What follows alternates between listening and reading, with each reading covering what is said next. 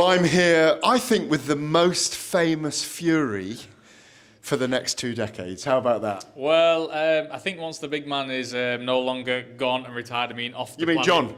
Well, yeah, I mean John, obviously. I mean, once my dad and Tyson are off the planet completely, I think maybe then it's up for a debate.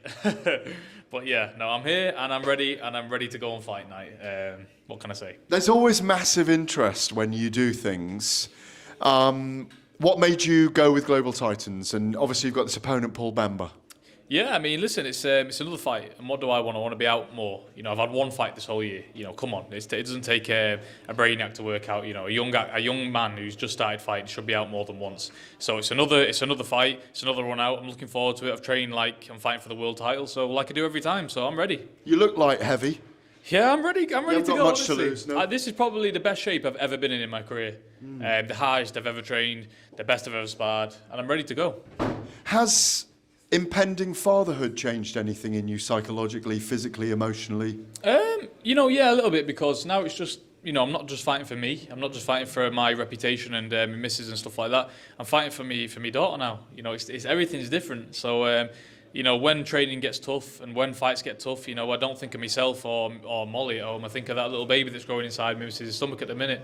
And I just, it makes me push on no more, and I don't feel like, you know, nothing is impossible now, because everything that I put my mind to, I will achieve, because I've got that at the bottom of it. There's always talk with your name and Jake Paul. He beat Anderson Silva the other day. What did you make of it? I knew this question would be coming sooner or later. Sooner rather than later. I didn't make anything of it. You know, listen, at the end of the day, if a 50-year-old man can drag a 25-year-old man through the mud and up through the trenches again, what good is he?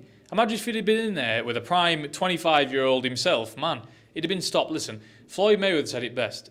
As long as these guys can continue to fight MMA people and people that can't box, they're going to look like boxers. But put him in there with an actual boxer one time, and you'll see what these people are made of. These people ain't fighters. You know, I'm on this full show here. Me and Floyd are the only fighters on it. If we're getting down talking properly, me and Floyd Mayweather are only two thoroughbred fighters. Harley Ben? I don't consider him a thing. He's a man who tried to go on Love Island and got rejected. I hear you and him might have been fighting a couple of times, no? Am I interested in a welterweight? The man's a welterweight. The man's looking for a payday. I'm getting on with my career. I have got no business fighting a welterweight. I'm in the light heavyweight division.